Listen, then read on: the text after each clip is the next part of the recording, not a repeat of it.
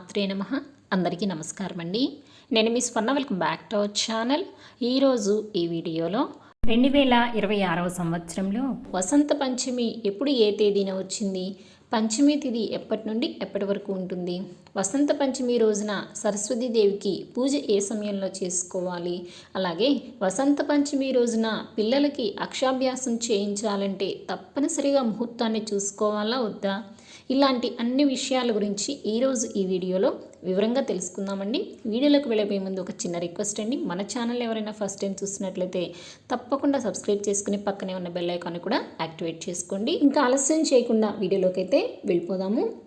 మాఘమాసంలో వచ్చే శుద్ధ పంచమి రోజున సరస్వతీదేవి పుట్టినరోజుగా జరుపుకుంటారు. దీనిని వసంత పంచమి, శ్రీ పంచమి, మదన పంచమి అనే పేర్లతో పిలుస్తారు. సరస్వతీదేవి జ్ఞానప్రదాత.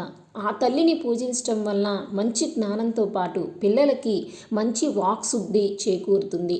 ఆ రోజున పెద్దలు పిల్లలు అందరూ కూడా తప్పనిసరిగా ఆ తల్లిని ఆరాధించాలి. ఈ రోజున చిన్నపిల్లలకి అక్షరాభ్యాసం చేయించడం వలన అమ్మవారి అనుగ్రహం కలిగి వారికి చక్కని విద్యాబుద్ధులు, ఆలోచన శక్తి, జ్ఞానశక్తి కలుగుతుంది. ఆ చదువుల తల్లి అనుగ్రహం ఉంటే ఎంతటి వారికైనా కూడా అఖండ విద్యాప్రాప్తి కలుగుతుంది.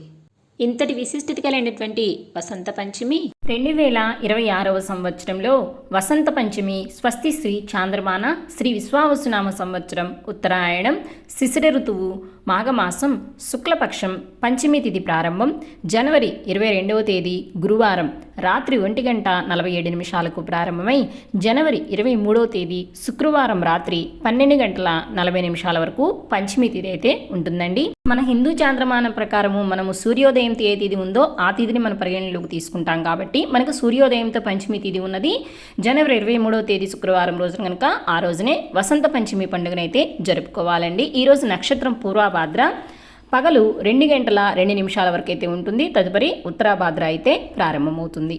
ఈ రోజున అమ్మవారికి పూజ చేసుకోవడానికి శుభ సమయాలు ఉదయం 5 గంటల నుంచి ఉదయం 8:45 లోపలైతే శుభగడియలు ఉన్నాయండి. ఆ సమయంలో పూజ చేసుకోవచ్చు. లేదా ఆ సమయంలో కుదరని వారు మరలా ఉదయం 9:30 నుంచి ఉదయం 10:30 లోపల కూడా శుభ సమయం ఉంది. ఆ సమయంలో కూడా సరస్వతి అమ్మవారికి పూజ చేసుకోవచ్చు. అలాగే సాయంకాల పూజా సమయాలు సాయంత్రం 4:57 నుంచి రాత్రి 7:21 లోపల శుభగడియలు ఉన్నాయండి. ఆ సమయంలో అమ్మవారికి పూజ అయితే చేసుకోవచ్చు. చిన్న పిల్లలకు అక్షరాభ్యాసం చేయవలసిన శుభ సమయం శాస్త్రాల ప్రకారము పెద్దలు చెప్పిన ప్రకారం చూసుకున్నట్లయితే ఈ వసంత పంచమి రోజున, అలాగే దసరా శరన్నవరాత్రిలో వచ్చే మూలా నక్షత్రం రోజున కానీ ఎవరైతే వారి పిల్లలకు అక్షరాభ్యాసం చేయించాలనుకుంటున్నారో వారు ఎటువంటి ముహూర్తంతో కానీ, వర్జంతో కానీ, రాహుకాలంతో కానీ, యమగండంతో కానీ, దుర్ముహూర్తంతో కానీ ఇలా ఏమీ చూసుకునే అవసరం లేకుండా ఆ 2 రోజుల్లో ఉదయం నుంచి అంటే సూర్యోదయం నుంచి సూర్యాస్తమయం లోపల ఎప్పుడైనా సరే ఏ సమయంలోనైనా కూడా చిన్నపిల్లలకు అక్షరాభ్యాసం చేయించవచ్చు అని పెద్దవారు అలాగే శాస్త్రాల్లో సూచించడం జరిగింది. ఇక్కడ మీకు ఒక సందేహం అయితే రావచ్చండి, మరి ఈ సంవత్సరం వసంత పంచమి రోజున శుక్రమౌఢ్యమి అయితే ఉంది కదండి, మరి ఈ రోజున అక్షరాభ్యాసం చేయించవచ్చా అని చాలా మందిలో సందేహం అయితే ఉంటుందండి.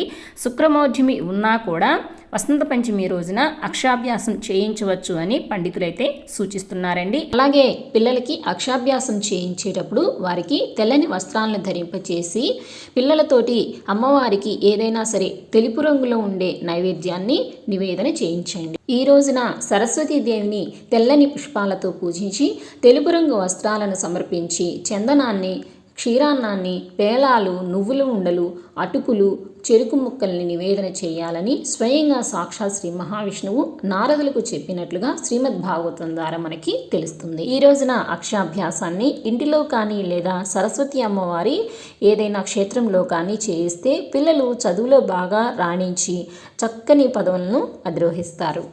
ఈ రోజున ఓం సరస్వత్యై నమః అనే ఈ నామాన్ని 108 సార్లు జపించినా కూడా మంచి ఫలితాలను పొందుతారు.